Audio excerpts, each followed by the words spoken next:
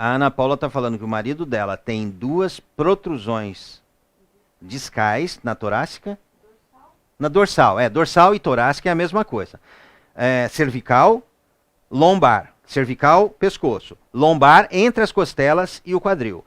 Torácica, por causa do tórax, ou dorsal, que é a mesma coisa. Então, torácica e dorsal é a mesma parte da coluna, entre o pescoço e a região lombar. E ele tem duas protrusões. E de manhã, quando ele acorda, tem muita dor, o marido dela tem muita dor, e ele tem que se esticar bastante. E estrala quando ele acorda. Né? Enrijecido, estrala. Então, quando ele se pendura, quando se estica bastante, ele melhora e consegue ir fazer as suas atividades. Mas os estalos não param. Os estalos não param. Os estalos significam o quê? A coluna vertebral, ou todos os ossos do nosso corpo, nos dedos da mão, no punho, cotovelo, de um osso para o outro tem ligamento. De músculo para o osso é tendão. As tendinites. Então, de um músculo para o outro, quando você faz um movimento, a musculatura do braço contrai, puxa o tendão e o movimento acontece. Agora, de um osso para o outro tem ligamento. Quando a pessoa tem encurtamento dos músculos e os ossos aproximam, o ligamento fica frouxo. O ligamento é o que vai de um osso ao outro. Então, o ligamento fica frouxo. E a articulação fica instável. Por isso tem os estralos.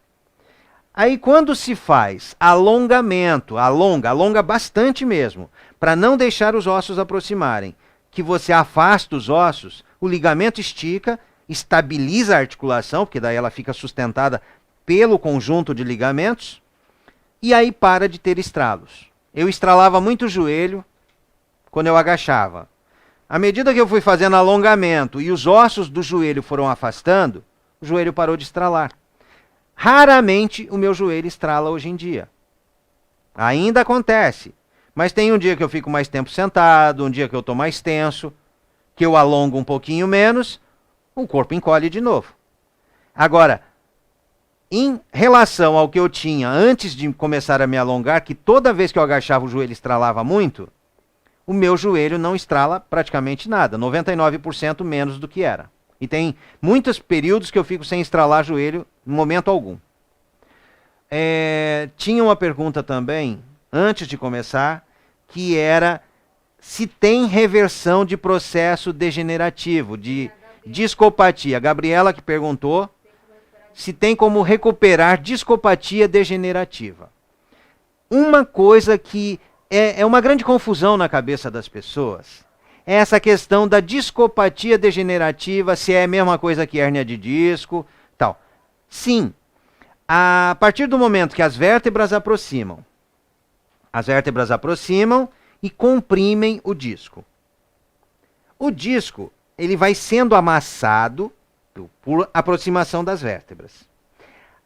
O disco intervertebral, à medida que ele vai sendo amassado, o líquido, porque ele é uma estrutura bastante maleável, bastante líquida, ele que permite a rotação das vértebras, né, ele amortece e também facilita a rotação do corpo da vértebra. Mas quando as vértebras vão apertando, esse disco, o líquido dele vai saindo, porque ele está sendo amassado. E à medida que vai amassando o disco intervertebral e ele vai perdendo líquido, um comparativo que eu faço é você pegar um pão que foi feito no dia e você amassar. Vai ficar uma massa. Você consegue modelar aquela massa. Agora, deixa um pão ficar um mês e secar. E vai e faz a mesma coisa. Esfarela. Desidratou. O disco intervertebral, ou as cartilagens, quando você comprime, ela vai perdendo líquido. E à medida que ela vai perdendo líquido, ela vai ficando mais ressecada. O disco vai ficando mais ressecado. E ele tem ele se desgasta mais. À medida que a pessoa se movimenta, inclina, abaixa, levanta, rola o corpo, faz rotação na coluna, se o disco está desidratado, está ressecado e você mexe nele, você vai esfarelar esse disco. Então ele vai degenerar. Mas se você abrir espaço entre as vértebras, você está abrindo espaço para o disco receber líquido de volta. Então, as fibras do tecido, elas vão se hidratando novamente. Então você consegue reidratar e o disco, ele começa a receber nutrientes, ele começa a receber substâncias que vão fazer a reparação desse disco. Então, a discopatia degenerativa ela é reversível, sim, se você afastar as vértebras e criar o espaço para o disco, assim como as cartilagens. E outra pergunta que tinha também era a hérnia de disco torácica, hérnia de disco torácica é mais difícil que extrusa para recuperar? É o seguinte, a hérnia de disco é quando a massa e o núcleo ele sai de dentro. Então, saiu um pouquinho já é uma hérnia de disco, vazou um pouquinho já é hérnia de disco. Agora, quando aperta muito, vaza bastante núcleo, aí é uma hérnia de disco extrusa, porque vaza muito, o núcleo chega a descer, ele escorregar entre o ligamento que tem na parede da vértebra e a vértebra mesmo, o osso. Então, aí é uma hérnia de disco extrusa. Quando você tem uma hérnia de disco, uma hérnia torácica, uma hérnia de disco na torácica, você tem que afastar as vértebras, tem que alongar muito a musculatura, afastar as vértebras para criar o espaço para o disco. Se a hérnia de disco é extrusa, porque vazou bastante, vai levar um tempo maior, vai dar mais trabalho. Mas você está criando o espaço para o disco e o espaço para que o núcleo volte lá para dentro novamente. Então você tem que abrir o espaço para que o núcleo tenha o espaço dele, para que o disco tenha o espaço dele, para que você tenha a volta do disco intervertebral, do núcleo, à sua condição de normalidade. E muitas vezes fala-se que uma hérnia de disco ela é reabsorvida pelo próprio organismo.